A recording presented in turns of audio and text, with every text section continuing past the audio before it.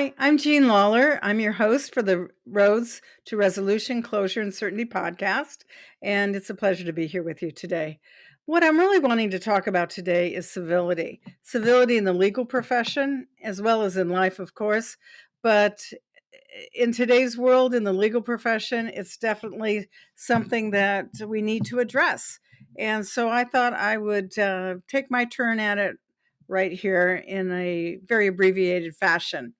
First and foremost, what is the definition of civility? It's it's defined in the dictionary, looking here at Microsoft, as formal politeness and courtesy in behavior or speech. Very simple. Basically, it's treating the others the way you'd like to be treated, in other words, but formal politeness and courtesy in behavior or speech. And you could even take out the word formal if you want, just being polite. So that's the definition of civility. Now, um, where and how then does this play into things in life as an attorney? Well, there is a February 1st, 2017 article that was written by Linda Klein and published in the ABA Journal. She was the president of the ABA at the time. And it's very instructive. I would urge you, if you're interested in this topic, to Google it and find it. It's fascinating, but I'll cover a little bit of it right here. First of all, she starts with one word, civility. She then goes on to explain that phrase, civility costs nothing and buys everything, that those words were written by an 18th century poet, Mary Wortley Montagu, and they are as true today as they were then, as we've all become so much more polarized in so many things, and just professional behavior does not seem to be what it used to be. So anyway, with that in mind, you've got someone in the 1700s writing about that. She then goes on to explain that both George Washington and Abraham Lincoln left us guidance on civility. And in fact, Washington wrote a book on civility, literally. She says it was actually a list that was created by 16th century Jesuit priests that Washington then copied for a penmanship exercise of all things as a schoolboy. And then that list stuck with Washington, and he had 110 maxims in that book that he then published as George Washington's Rules of Civility and Decent Behavior in Company and Conversation. Well, who's to know? I had no idea. But let's dig a little deeper. The first rule is, according to this author here, every action done in company ought to be with some sign of respect to those that are present. Respect. That's ultimately the key word, or a key word, when it comes to civility. And here it is, George Washington talking about this when he was a schoolboy. Then the last rule, labor to keep alive in your breast that little spark of celestial fire called conscience. Oh, yes. If we think that we've done something that's not quite right, ideally our conscience is telling us, we really had some bad behavior there. We shouldn't do that. Or ideally catches us before we say or do something that would not be polite, respectful, civil, etc. So again, think of it, this goes back to Jesuit priests writing in the 1500s. So what we're talking about with civility is nothing new. And then, of course, you have President Lincoln, who on the eve of the Civil War was looking for common ground to try and avoid the war. And as she quotes in her article, we are not enemies, but friends. Though passions may have strained, it must not break our bonds of affection. Similar things, respect, relationships, all of these things with it. The ABA, the American Bar Association, has recognized the need for civility, as have most state courts and state bar associations. And there are a myriad of civility, I should say, civility codes and all that are out there. The last little bit from this article that I would quote here for you is, civility allows us to deal with conflict through mutual respect without damaging relationships. That says so much, and it should say so much to all of us.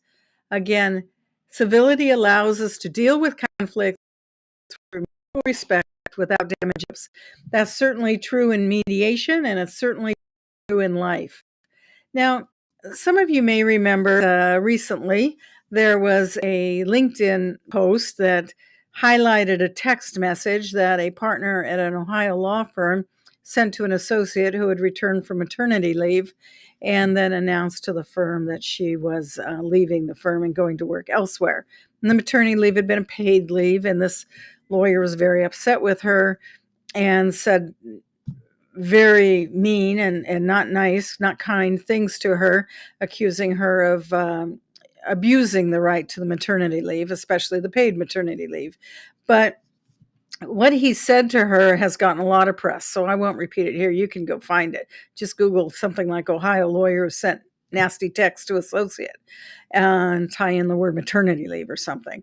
But one of the parts that I want to call attention to is he goes on to say to her at the end, rest assured regarding anyone who inquires. In other words, calling for reference or whatever, or asking him about her at all. They will hear the truth from me about what a soulless, SOUL-LESS, soulless, and morally bankrupt person you are. I mean, can you imagine being on the receiving end of that, let alone the sending end of that? Hopefully not on either end of it. And that's the thing that I want to focus on. What an awful thing to both receive or to send. Now, in Ohio, there is a lawyer's creed. And the lawyer's creed was adopted in 1997 in Ohio. And one of the things that it says here, to our colleagues, we offer concern for direction, and we shall extend to you the same courtesy, respect, there's that word respect again, generations old, respect, candor, and dignity that we expect to be extended to us.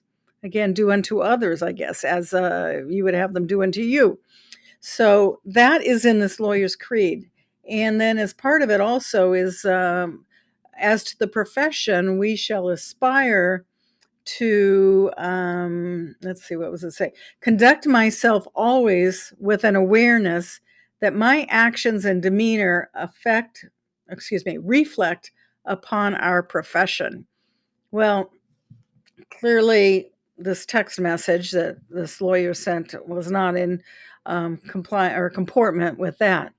But now moving on, State Bar of California has for several years now, has had lawyers take a civility pledge as part of being sworn into the bar. And what this says is, as officers of the court, right there, how strong that is. To be an officer of the court as a lawyer is an awesome responsibility.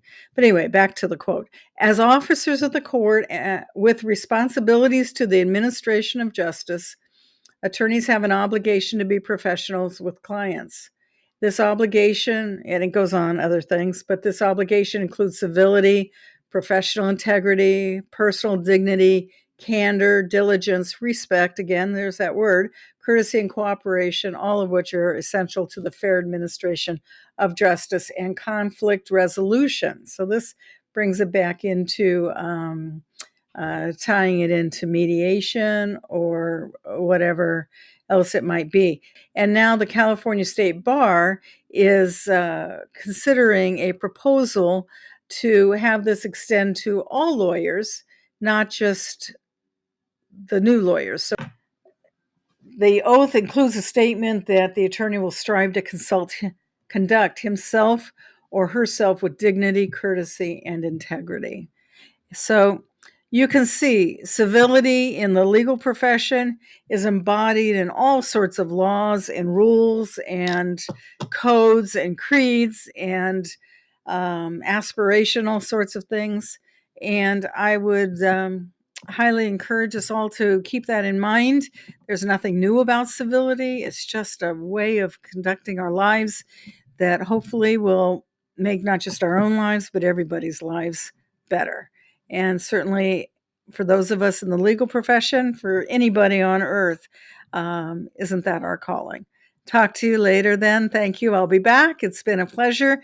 Please follow me on LinkedIn, watch my YouTubes, listen to my podcast. That's all for today. Thank you so much.